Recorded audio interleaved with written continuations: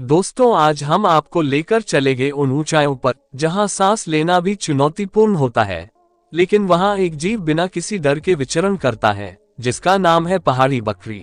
इनके खुरों की अनोखी बनावट और मजबूत पैरों की ताकत इन्हें पहाड़ों की रानी बनाती है।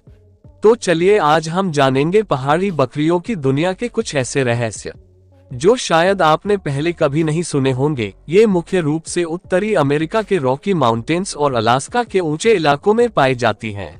पहाड़ी बकरी का शरीर मोटा तगड़ा और बालों से ढका होता है।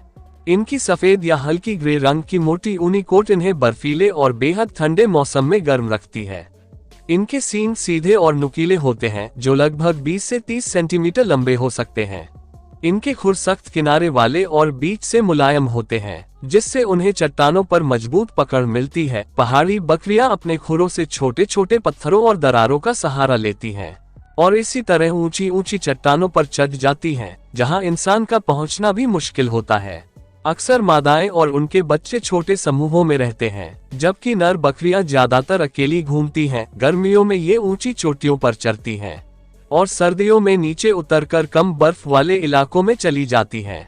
पहाड़ी बकरियां बहुत शांत दिखती हैं, लेकिन अगर कोई शिकारी या दुश्मन नजदीक आ जाए तो ये आक्रामक भी हो सकती हैं। पहाड़ी बकरी शाकाहारी होती हैं। ये घास, झाड़ियां, जड़ी बूटियां, पत्ते और यहाँ तक कि पेड़ की छाल भी खाती हैं।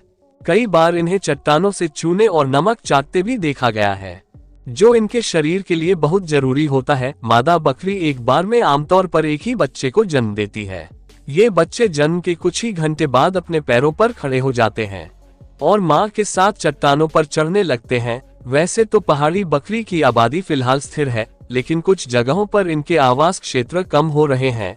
पहाड़ी बकरी 13,000 फीट की ऊंचाई तक आराम से चढ़ सकती है। ये 3 मीटर तक ऊंची छलांग लगा सकती है। इनका जीवन काल लगभग 12 से 15 साल तक होता है। ये ठंडी हवा से बचने के लिए पहाड़ी गुफाओं में छिप जाती हैं। तो दोस्तों, ये थी पहाड़ी बकरियां जो ऊंचाई की बादशाह है।